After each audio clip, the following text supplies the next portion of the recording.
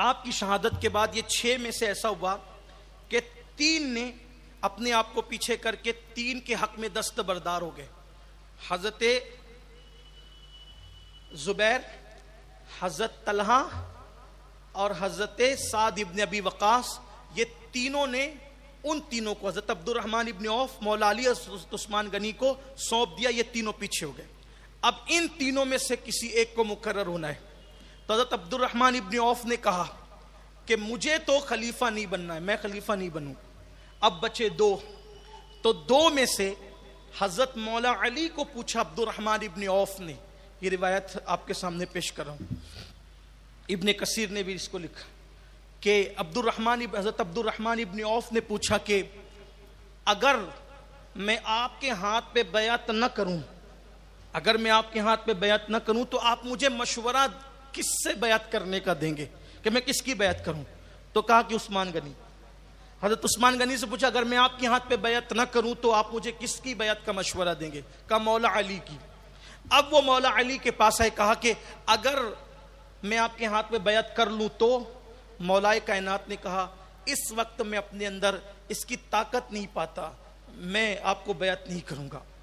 حضرت عثمان غنی کے پاس گیا، اگر میں آپ سے بیعت کروں تو آپ چپ رہے، یعنی کہ آپ نے اشارہ دیا کہ ہاں. اور عبد الرحمن ابن عوف رضی اللہ تعالیٰ نے آپ کے ہاتھ پہ بیعت کی اور پھر سارے مسلمانوں نے بیعت کی. صدیق اکبر کا دور خلافت، میرے نوجوان اور جو بچے بھی ہیں یہاں پہ وہ خاص سن لیں، آپ کی خلافت کا جو دور ہے وہ 2 سال 6 مہینے، یعنی 2.5 سال.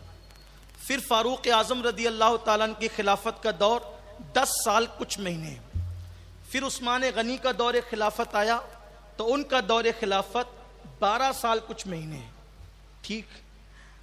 سب سے زیادہ مقبول اگر کوئی خلیفہ ہوا ہے تو وہ حضرت عثمان غنی.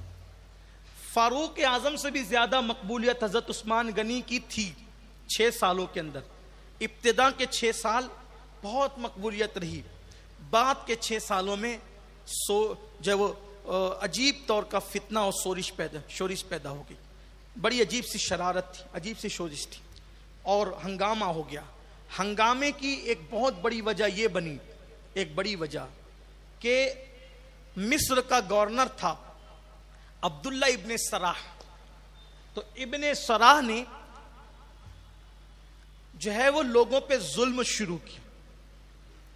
اب ظلم نہیں کر سکتے. دیکھو جو خلیفۃ المسلمین ہے اس کا کردار کیا ہے.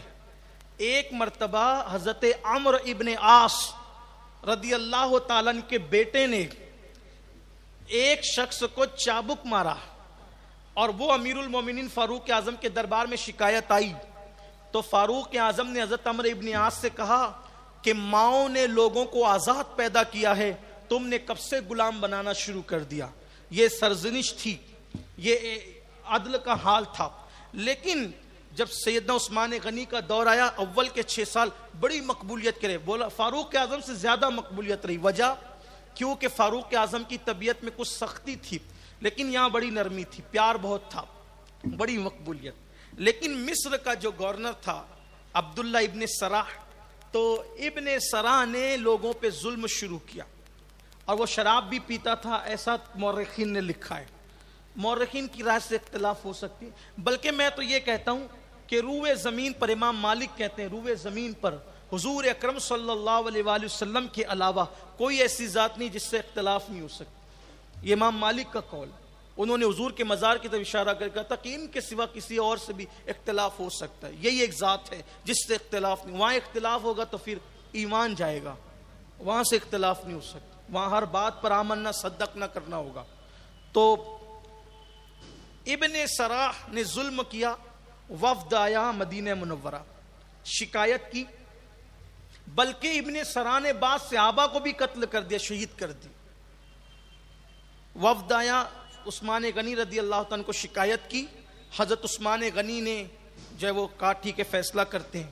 وہ وفد عشرہ مبشرہ کے پاس بھی گیا، اماں عائشہ کے پاس بھی گیا، بہت ناراض ہوئی اور آپ نے فوراً حضرت عثمان غنی کے پاس قاصد بھیجا کہ ابن سراح کو فوراً معزول کرو، وہ رسول اللہ کے صحابہ پہ ظلم کرتا ہے. تو حضرت عثمان غنی نے مصر سے آئے ہوئے لوگوں کو کہا ایک کام کرو، اس وقت تم جس کو پسند کرتے ہو مدینہ منورہ میں اس کو اپنا گورنر مقرر کر لو، میں اسی کو نامزد کر دوں گا، اس کو معزول کر دوں گا۔ تو ان لوگوں نے حضرت محمد ابن ابو بکر کو، حضور صدیق اکبر کے صاحبزادے محمد ابن ابو بکر کو انہوں نے جو ہے وہ منتخب کر لیا۔ اور یہ حضرت اسماء بنت امیس کے بیٹے، یہ صدیق اکبر کی شہزادے حضرت اسماء بنت امیس جن کا ذکر ابھی آپ نے سنا، ان کے بیٹے۔ اسماء بنت امیس کے بارے میں ایک بات اور یاد رکھ لیں کہ اس وقت مجھے حوالہ یاد نہیں آ رہا ہے، لیکن یہ بات اگر یاد آئے گی تو بتاؤں گا کہ یہی اسماء بنت امیس ہے جس نے امام حسین کو دودھ پلایا۔ امام حسین کو دودھ پلانے والی یہ خاتون اسماء بنت امیس، اس رشتے سے سیدنا ابو بکر صدیق امام حسین کے رضائی باپ بھی لگتے ہیں، رضائی والد بھی لگتے ہیں۔ یہ رشتہ ہے، یہ رشتہ ہے، یہ اہل سنت کی کتب میں موجود ہے، لیکن اس وقت میرے ذہن میں نہیں آ رہا ہے، اگر مجھے کل خیال رہا تو میں اس کو بتاؤں گا آپ کو۔ تو محمد بن ابو بکر کو ان لوگوں نے متعین کیا۔ حضرت عثمان غنی کے پاس عثمان غنی رضی اللہ تعالیٰ نے خط لکھا کہ بھئی ابن سرا معزول ہے اور یہ محمد بن ابو بکر اس مصر کے گورنر ہیں۔ اور اب جو ہے جب وہ جانے لگے تو مدینہ منورہ سے کئی صحابہ ان کے ساتھ ہو گئے مصر جانے کے لیے۔ ابھی یہ لوگ 3 منزل ہی پہنچے تھے مصر، مدینہ منورہ سے نکل کر مصر کی طرف سفر کرنے کے لیے۔ کیا دیکھا کہ ایک حبشی غلام ایک سانڈنی پر یعنی اونٹنی پر تیز رفتاری سے وہ اونٹنی دوڑاتے ہوئے بھاگ رہا ہے، اور ان کو دیکھ کر وہ تھوڑا سا چمکا، تھوڑا سا وہ بچکا، تو اس کو دیکھ کر لگا دو میں سے کوئی ایک چیز ہے، یا تو یہ شخص بھاگا ہوا غلام ہے یا تو یہ کسی کا قاصد ہے۔ ان لوگوں نے دوڑ کر اس کو پکڑا، جب پکڑا تو پوچھا کون ہے تو اس نے گھبراتے ہوئے کہا میں عثمان غنی کا غلام ہوں۔ پھر کہا نہیں میں مروان کا غلام ہوں۔ پہلے کیا کہا عثمان غنی کا غلام ہوں، پھر کہا نہیں میں مروان کا غلام ہوں۔ پھر جب یہ بات اب 2 بات ہو گئی، شک بڑھ گیا۔ جب شک بڑھ گیا تو پھر اس کے بعد کہا کہ تو کہاں جا رہا ہے؟ تو کہا میں قاصد ہوں، مصر جا رہا ہوں۔ کیوں جا رہا ہے؟ کہا ابن سرا کے پاس۔ وہاں کیا کرنے جا رہا ہے؟ خط لے کر۔ خط کہاں ہے؟ نہیں بتایا۔ خشک مشکیزے میں خط نکلا، وہ خط نکلا تو خط میں لکھا ہوا تھا، یہ خط عثمان غنی کی طرف سے عبداللہ ابن سراح کے نام، مصر کے گورنر کے نام، میں نے محمد ابن ابو بکر اور فلاں فلاں فلاں کو بھیجا ہے، تو ان سب کو قتل کر دینا، ان کی بات نہیں ماننا اور تم ہی گورنر رہنا۔ یہ خط دیکھا تو سب کی آنکھوں میں خون اتر آیا، عثمان غنی ایسا کام کر رہے ہیں، غلط فہمی پیدا ہو، عثمان غنی ایسا کام کریں۔ وہ اس غلام کو پکڑ کے لائے، وہ اونٹنی لی اور یہ سب آگے بڑھنے کی بجائے واپس آئے تو یہ سب کے سب پہلے سب آئے عشرہ مبشرہ کے پاس، یعنی مولائے کائنات حضرت سعد بن ابی وقاص اور حضرت سیدنا طلحہ، حضرت زبیر رضوان اللہ تعالی علیہ مجمعین۔ اور خط کو دیکھو یہ عثمان غنی کیا کر رہے ہیں۔ تو سب لوگ تو غصے میں جو ہے وہ بالکل غصے میں سر سے لے کے پیر تک آگ بگولا ہو گئے کہ یہ کیا ہو رہا ہے، عثمان جیسا شخص، حضور کا صحابی عثمان، وہ ایسا کر رہے ہیں۔ غصہ آیا سب۔ مولا کائنات نے کہا رکو، شک کی بنیاد پر ایسا مت کرو، چلو پہلے عثمان سے پوچھو۔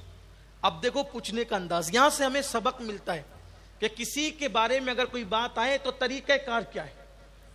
وہ کوا کان لے گیا تو کوے کے پیچھے بھاگنا نہیں، طریقہ مولا کائنات نے بتایا، اخی رسول نے بتایا، باب مدینۃ العلم نے بتایا۔ وہاں گئے، کہا عثمان یہ بتاؤ یہ غلام آپ کا ہے؟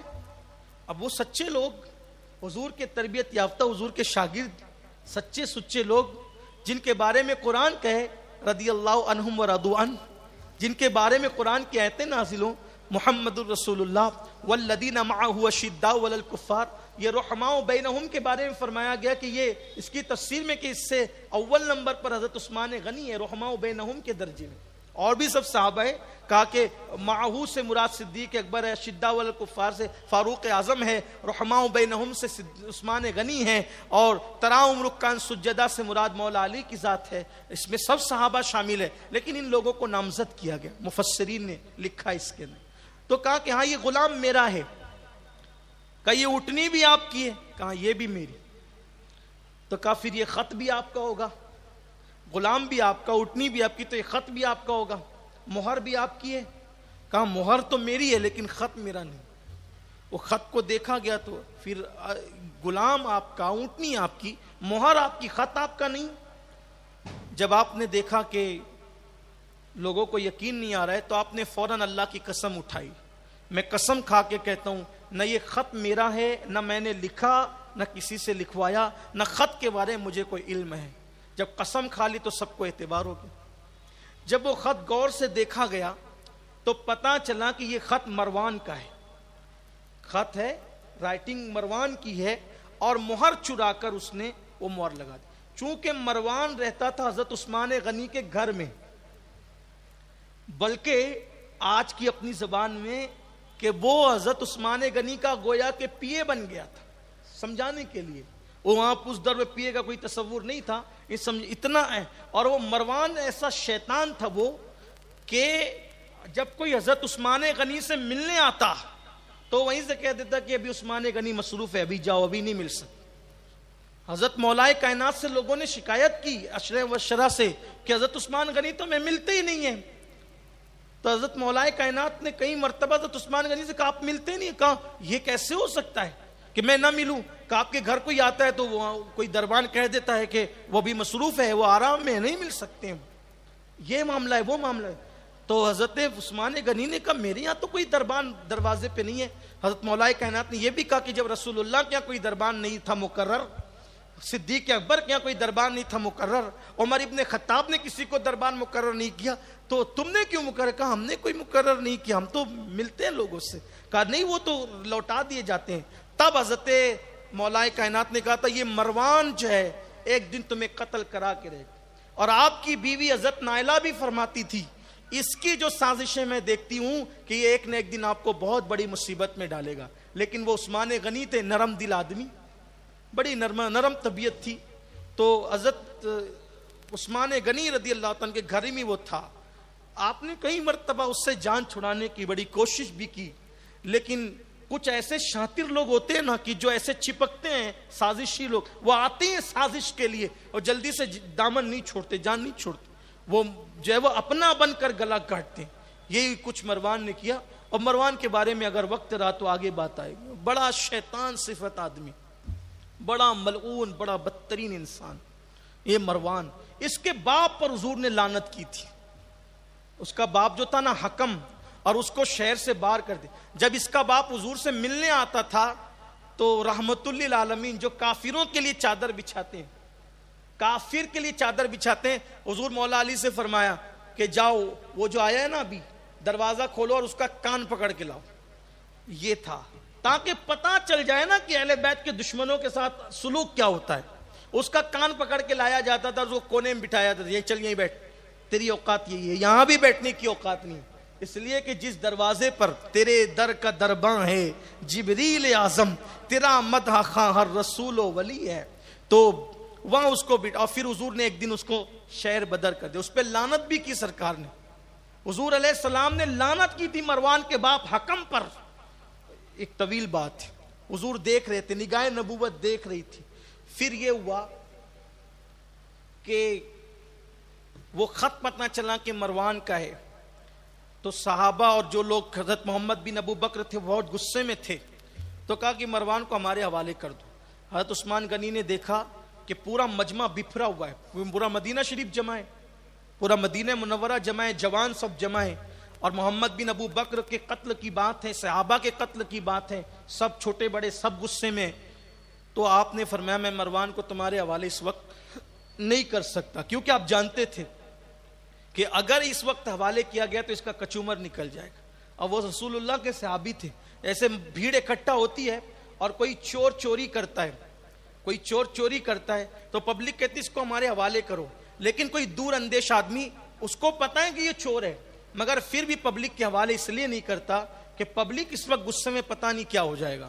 تو اس کا یہ مطلب نہیں کہ وہ چور کی تائید کر رہا ہے، چور کی تائید نہیں کر رہا ہے. اور پھر بات یہ ہے کہ چوری کا الزام بھی تو ہو سکتا ہے، صرف الزام کی بنیاد پر مجمع کے حوالے کر دینا مناسب نہیں ہے. اس لیے کہ جو وہ شبہ تھا نا، تحریر تو کسی کی بھی ہو سکتی. بھئی تحریر کی نقل ہو سکتی ہے، دستخط کی نقل ہو سکتی ہے، تو مروان کی بھی تحریر کی نقل ہو سکتی تھی، ایسا گمان تھا۔ اور ہمیشہ شبے کا فائدہ مظلم کو ہوتا ہے، جو جس پہ الزام لگاؤ نا، جب بھی شبہ پیدا ہوگا تو اس کا فائدہ شریعت مطہرہ کی روشنی میں جو ملزم ہوگا، جس پہ الزام لگا ہے، شبے کا فائدہ اس کو پہنچے گا، یہ قانون ہے شریعت کا۔ تو پھر یہی ہوا، آپ نے نہیں دیا، مروان کو حوالے نہیں کیا، اور سب لوگ واپس ہو گئے اسی غصے میں۔ اور پھر یہ ہوا کہ عبداللہ بن سبا نام کا ایک آدمی تھا، یہ تھا یہودی، دیکھو ادھر وہ آپ نے سنا بھی ایران کے بارے میں، یہ یہودی تھا، اس لیے کہ یہودیوں کو جو نقصان پہنچا تھا اسلام کے آنے سے، اس نے زبان سے کلمہ پڑھا، اندر سے یہودی تھا۔ اس نے فاروق اعظم کی شہادت کے بعد کئی ملکوں کا دورہ کیا اور حضرت عثمان غنی کے خلاف لوگوں کو ورگلایا، بہکایا، اور پھر یہ ہوا کہ کم و بیش 3000 کا لشکر مدینہ منورہ میں جمع ہوا، اور ان لوگوں نے دیکھا کہ اکثر صحابہ حج پر گئے ہوئے ہیں، اس حج کا فائدہ اٹھاتے ہوئے ان لوگوں نے حضرت عثمان غنی کے گھر کا گھیراؤ کر لیا، اور گھر کا گھیراؤ کیا تو اس وقت حضرت عثمان غنی کو جب پتہ چلا کہ گھر کا گھیراؤ کر لیا گیا ہے، اور اس میں سے اکثر لوگ مدینہ منورہ کے باہر کے آئے ہوئے تھے، یعنی اکثر مصری لوگ تھے، اس میں مصر کے لوگ تھے اکثر۔ دیکھو بھائی ملکوں کے نام آ رہے، کہیں گفتگو پہنچے تو وہ لوگ ناراض نہ ہوں، کیونکہ اس دور کے لوگوں کی بات ہو رہی ہے، ورنہ لوگ کہیں گے کہ یار ابھی آپ یہ جو وہ مصر، ابھی ایران والوں کے بارے میں، سعودی والوں کے بارے میں، اب مصر والوں کے یہ تاریخ ہے نا، تم ملکوں کے نام مجھے لینے پڑیں گے، شہروں کے نام لینے پڑیں گے، کوفہ والے ناراض نہ ہو، عراق والے ناراض نہ ہو، نام سب کے آنے ہیں۔ ویسے خیر وہ تو اپنی گفتگو سمجھتے بھی نہیں ہیں، لیکن پھر بھی کوئی وہاں سے متعلق تو ہوتا ہی ہے نا۔ تو انہوں نے گھیر لیا، تو سیدنا عثمان غنی گھر کی چھت پر سے انہوں نے جھانکا، فرمایا کیا تم میں علی ہیں؟ لوگوں نے کہا نہیں، اس میں علی نہیں۔ کہا تم میں سعد ابن ابی وقاص ہے؟ کہا وہ بھی نہیں ہے۔ تو کہا کہ جاؤ میری طرف سے پیغام پہنچا دو کہ اس وقت میرے گھر میں پانی نہیں ہے، جس نے مدینہ منورہ والوں کو پورا کنواں خرید کر دیا تھا، آج اس کے گھر میں پانی نہیں ہے، ان سے کہنا کہ مجھے پانی کی ضرورت ہے۔ تو مولائے کائنات کو جب پتا چلا کہ گھیراؤ ہو گیا، اور اس گھیراؤ کے بعد پانی کی قلت ہو گئی، تو 3 مشکیزیں پانی کے جو ہے وہ حسنین کریمین کے ہاتھوں اور اپنے غلاموں کے ہاتھوں آپ نے وہاں پہنچائے، اور حضرات حسنین کریمین سے فرمایا کہ گھیراؤ ہو گیا ہے، دروازے پہ تم لوگ کھڑے رہنا، کسی کو اندر جانے مت دینا ورنہ نقصان ہوگا۔ اسی طرح حضرت طلحہ اور حضرت زبیر نے بھی اپنے شہزادوں کو بھیجا کہ دیکھو دروازے پہ کھڑے رہو، جانے مت دینا۔ المختصر یہ کہ حسنین کریمین دروازے پر کھڑے تھے، اور حضرت طلحہ اور زبیر کے شہزادگان بھی دروازے پہ کھڑے تھے۔ ہجوم بڑا تھا، ہنگامہ بڑا تھا، چیخ چلاٹ بہت تھی۔ ایسے میں مصر کے جو بلوائی تھے ان میں سے 2 شخص، ان لوگوں نے سوچا کہ دروازے سے جا نہیں سکتے، کسی نے تیر بھی چلایا، وہ تیر حضرت امام حسن کو بھی لگا، اور کچھ لوگ اس سے زخمی بھی ہوئے۔ لیکن جب وہ لوگ نہیں ہٹے، اور مجمع کو چونکہ وہ مارنا بھی نہیں چاہتے تھے، جنگ شروع بھی نہیں کرنا چاہتے تھے، حضرت عبداللہ ابن عمر آئے۔ عبداللہ ابن عمر نے حضرت عثمان غنی سے کہا کہ یہ مجمع چھٹتا نہیں، اور یہ لوگ آپ کو قتل کرنے کے درپے ہے، تو آپ اجازت دیں کیونکہ آپ امیر المومنین ہیں، تو ان کے چھکے چھڑائے جائیں۔ تو حضرت عثمان غنی نے کہا میرے نبی نے مجھ سے کہا تھا کہ تم شہید ہو جاؤ گے، وہ وقت آ گیا ہے، میرے ایک کو شہید ہونا ہی ہے، لڑو گے تو بھی ہونا ہے، نہیں لڑو گے تو بھی ہونا ہے، میرے ایک کی وجہ سے مسلمانوں کی اتنی جانیں جائے مجھے گوارا نہیں ہے، میرا وقت آ گیا ہے، مجھے شہید ہونا ہے، میں شہید ہو جاؤں گا کیونکہ سرکار نے فرمایا، میں نہیں چاہتا کہ میری وجہ سے لڑائی جھگڑا ہو، آپ واپس جائیں، اللہ آپ کو جزائے خیر دے اور معاملہ اللہ کے سپرد کر دیں۔ آپ واپس گئے، اور بھی لوگ آئے، آپ کے غلاموں نے کہا ہم لڑتے کا نہیں، وہ وقت آ گیا ہے جو میرے محبوب نے فرمایا تھا۔ اور پھر حضرت عثمان غنی نے فرمایا کہ جس نے ہتھیار کھول دے گا وہ میرا غلام آزاد ہوگا۔ اس طرح غلاموں کو بھی آزاد کر دیا۔ ابھی یہ شہزادگان حسنین کریمین پاک اور حضرت زبیر حضرت طلحہ کے شہزادگان دروازے پہ کھڑے تھے، وہ چھت کو چھلانگ کر کے اور پھلانگ کر کے گئے اور حضرت عثمان غنی کو شہید کر دیا۔ 82 سال کی عمر میں تقریباً 12 سال کچھ مہینے خلافت کے امور سنبھالنے کے بعد حضرت سیدنا عثمان غنی شہید ہو گئے۔ باہر ہنگامہ ہی ہو رہا تھا اور گھر میں آپ تھے اور آپ کی بیوی حضرت نائلہ تھی اور تیسرا کوئی نہیں تھا۔ وہ دونوں جب چھلانگ لگا کر کے کودے اور انہوں نے جب شہید کرنا چاہا، حضرت نائلہ نے بہت چلایا کہ انہیں شہید کر رہے ہیں، شہید کر رہے ہیں، لیکن باہر شور اتنا کیا تھا ان لوگوں نے پلاننگ کے تحت کہ حضرت عثمان غنی کو شہید کر دیا، پتہ بھی نہیں چلا۔ پھر اس کے بعد حضرت نائلہ نے چھت پہ آنے کے بعد کہا حضرت عثمان غنی شہید ہو گئے، انا للہ و انا الیہ راجعون۔